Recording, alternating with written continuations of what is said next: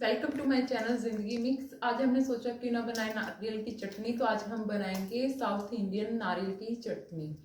अगर आपको मेरी रेसिपीज पसंद आ रही हैं तो मेरे चैनल को लाइक एंड सब्सक्राइब जरूर करें।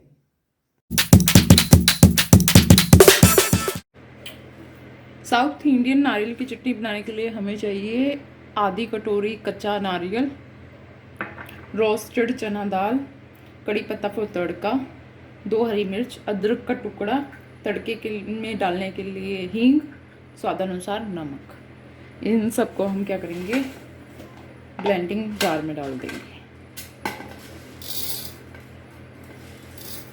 चना दाल से एक तो फ्लेवर अच्छा आएगा और एक से थोड़ा गाढ़ापन भी चलेगा।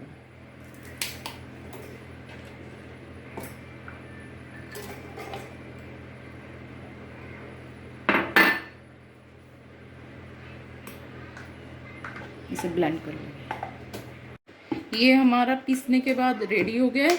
पीसते हुए अगर गाढ़ा लगे तो पानी थोड़ा ऐड कर ले, जिससे जो भी कंसिस्टेंसी आपको चाहिए उसके अकॉर्डिंग थोड़ा थोड़ा पानी ऐड करते रहे और बना ले। जैसे कि मैंने ये रेडी कर लिया है। इसको ट्रांसफ़र करना है बाउल के अंदर।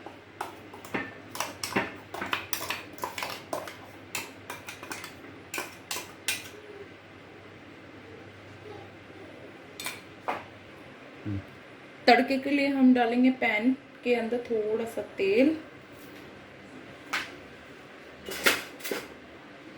जब ये थोड़ा हीट हो जाएगा तो हम डालेंगे इसमें चुटकी भर हींग, राई,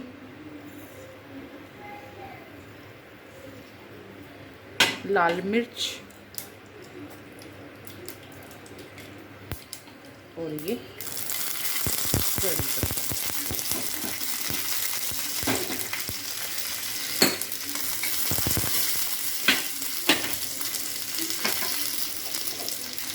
तड़का रेडी होने के बाद ये इसमें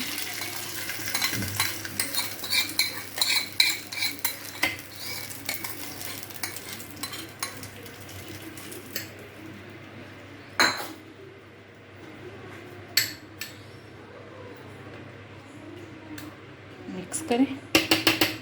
नारियल की चटनी रेडी।